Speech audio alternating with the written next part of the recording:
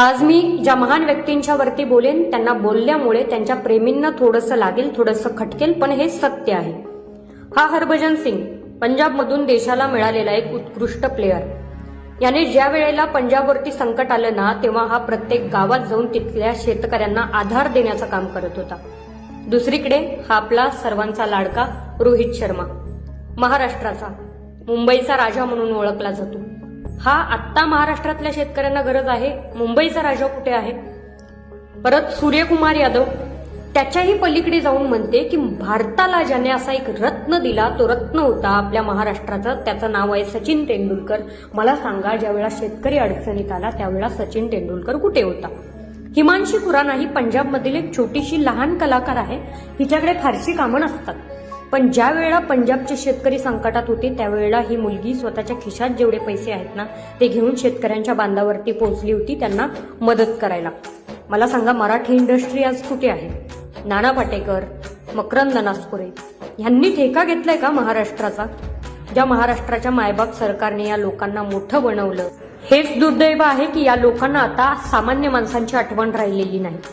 मराठी इंडस्ट्रीत फार मोठे मोठे कलाकार आहेत. स्वप्नील जोशी, सई तामणकर, सोनाली कुलकर्णी यांसारखे फार दिग्गज कलाकार आहेत ज्यांना महाराष्ट्राने मोठं बनवलं.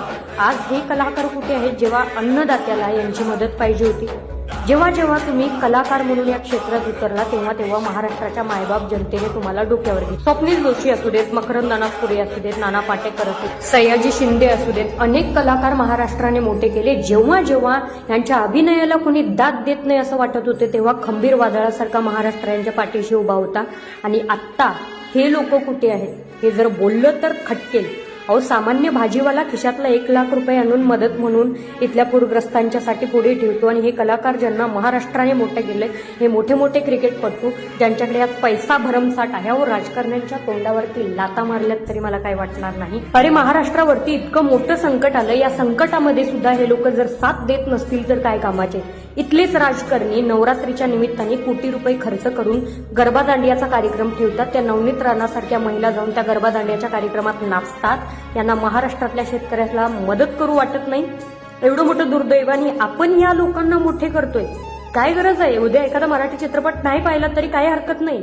हे लोक त्यांचे चित्रपट मोठे झाले म्हणून तुम्हाला बघायला येणार नाही, तुम्हाला पोसायला येणार नाही.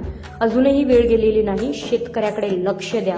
उद्या हा शेतकरी झोपला ना तर प्रत्येकाला उपाशी पोटी आयुष्यात एकदाच झोपावं लागेल.